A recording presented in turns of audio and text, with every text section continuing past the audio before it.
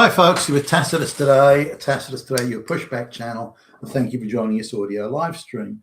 In this essay, I'd like to talk about the issue of assimilation, and particularly Indians assimilating into Western society. Now, with Indian peasants and so on, I can see they would have some trouble assimilating, into Western society, given the very rural village lifestyle that they've led going back generations.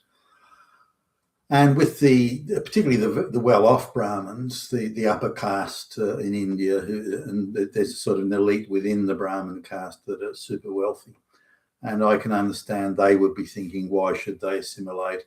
Because they perceive themselves as demigods at the apex of the world.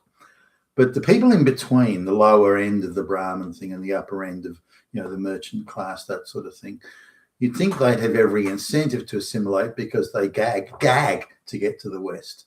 There are, hundreds of millions of, and say 40, 50 million so-called middle-class Indians that are all would kill. They'd pull out all their teeth to get to the West, such as the fanatical and frantic desire to frothing at the mouth desire to get to the West.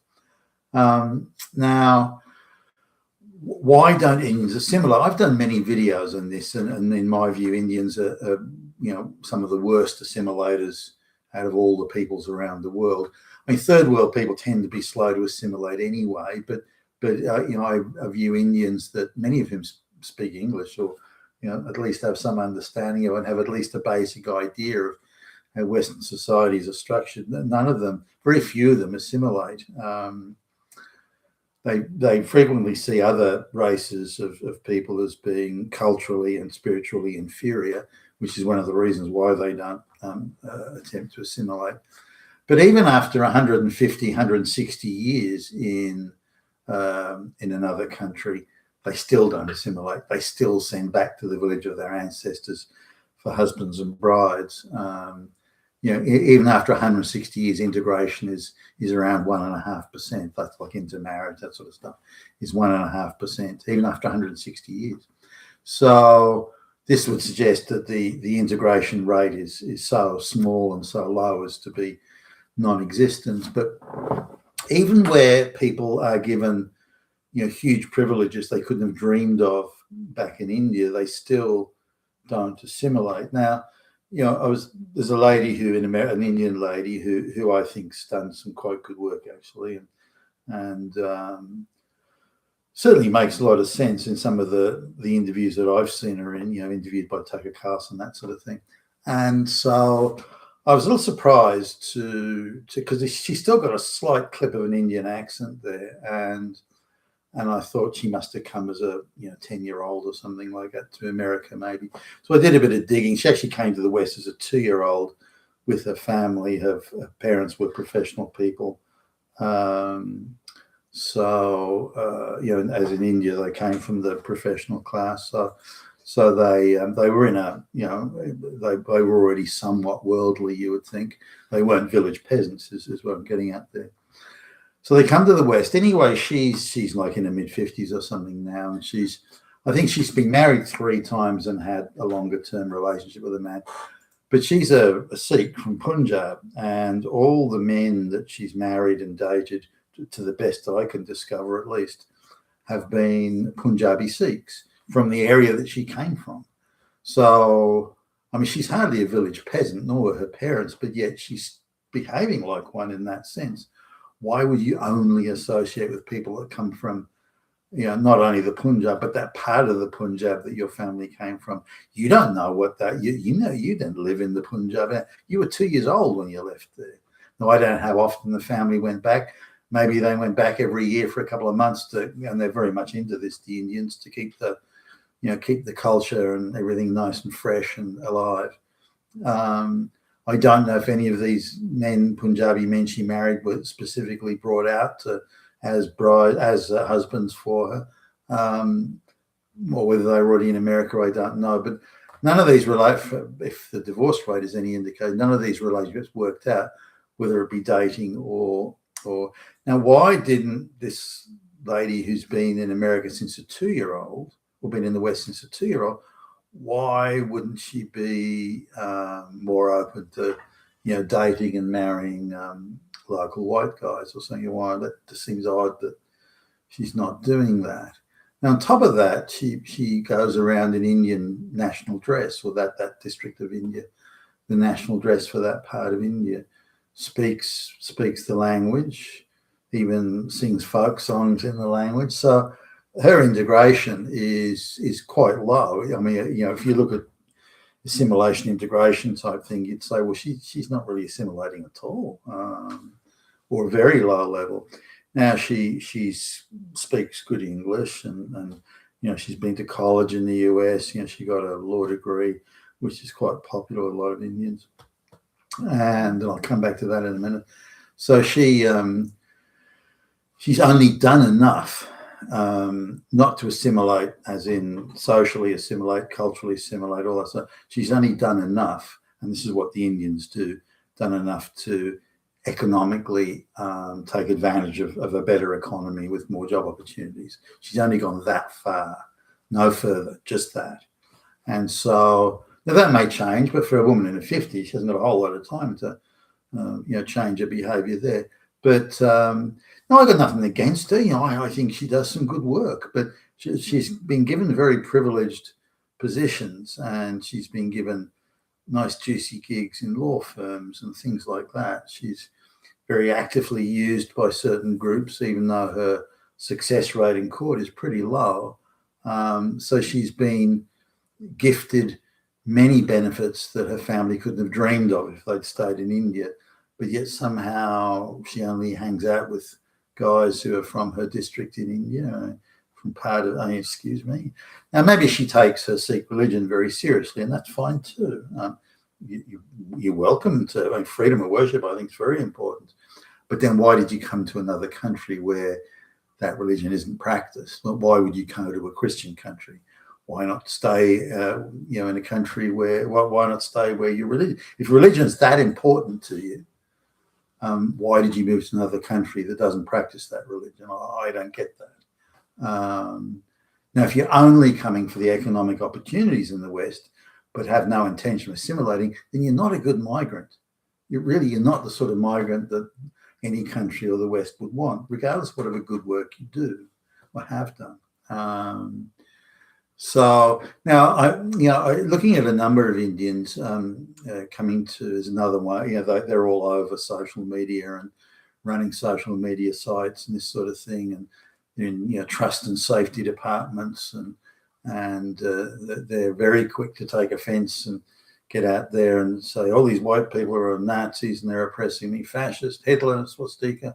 They're very, very quick to pull the draw on that one. So here's her talking about why she wanted to be in trust and safety and keep all those fucking white Nazis under control. Nazis. And she said she came to America and her family didn't speak a word of English. And she found it tough. People were racist to me. I didn't speak a word of English. We came from a place with completely different customs and habits. I went to school with Indian food. I went to school wearing Indian clothes. And people treated me differently because I was dressed differently and ate different, and I couldn't speak English. They treated me, and I remember, and they were racist to me. They were racist, and from the rest of my days since then, I have done nothing but dream of vengeance against white people for that time. Well, hold on a minute. If you wanted to come to America, wouldn't you have bothered your family? Wouldn't you have bothered to learn English? Wouldn't you have learned? Wouldn't they have sent you to English school or something like that? Oh no, they don't have to do it. It's the the people in America. They have to go to all that trouble to fit us in. We don't have to do anything. They have to do it. And if they don't do it, they're all Nazis. If we don't do it, it's only because, we're culturally superior anyway. Why the fuck should we have to do it? And it's an odd state of mind, one of entitlement and, sort of teenage girly stupidity and so on. This was a woman in her 30s, this Indian.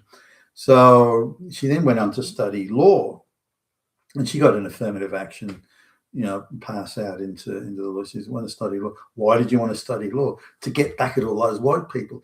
Those white people, they push you around. When I say I'm a lawyer, that just puts those Nazis in their fucking place. Those fucking Nazis. I'm a lawyer. I'll sue you, motherfucker.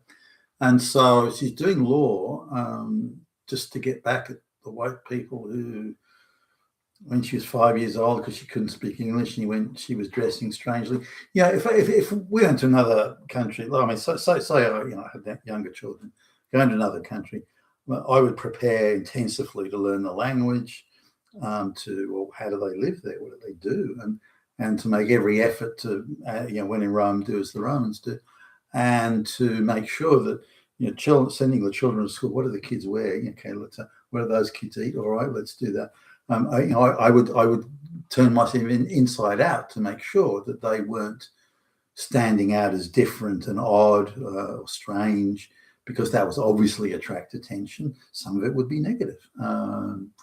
And so I would consider that a solemn duty to make sure that in order to protect them from, kids can be unpleasant, the barbs and the slings and arrows and all that sort of stuff, to make sure that they weren't treated differently or perceived differently, or as much as I could do it. They might have a different accent, or their command of the language may be not as good as the locals, but at least to do everything I could to avoid them. But these are families that do nothing, and I've noticed this pattern consistently. We only spoke Indian in the household, so I did. When I went to school, I couldn't speak any English. Well, whose fault is that? Oh, no, it's the white people. They're Nazis. They shouldn't have treated me any differently. Why not? You don't even speak a word of the language. Oh, who cares? If they treat me differently in any way, it's because they're all Hitler Nazis. But shouldn't you have made an effort to try and fit in? No. Why should I do that? It's the Nazis that are the problem, not me. And so this is an attitude that goes on. I've come others too, but Indians in particular, I've noticed this, that they very much have that view. But it's not exclusively Indians. I'm thinking of some, I think, Russian or East European people that came. They're quite sort of peasant stock, and they applied to come to Australia for some years, but made no effort to learn a word of English, and then they were in some sort of hostel or something like that, where there were free English lessons every day if they wanted it, but none of the members of the family went to do it. Free English lessons, and none of them went. And so then they only hung around with other East Europeans, and so when they came to school, and they kept the East European habits, the food and the clothing, and they couldn't speak English. So the kids go to school, and now they're in their 60s, but they remember those times as being, in their perception, times of racism, evil, fascist, Nazi, right? Hitler was everywhere. And on what basis was Hitler everywhere? Well, they treated us differently, but you ate different food, you dressed differently, you couldn't speak the language, you looked, sounded, and behaved differently. Of course, they'll treat you differently. That would happen anywhere. Oh no! It's because they were all Nazis. That's why they did it, and racists, and I'm going to get back at them for treating me. What? I mean, are you kidding me?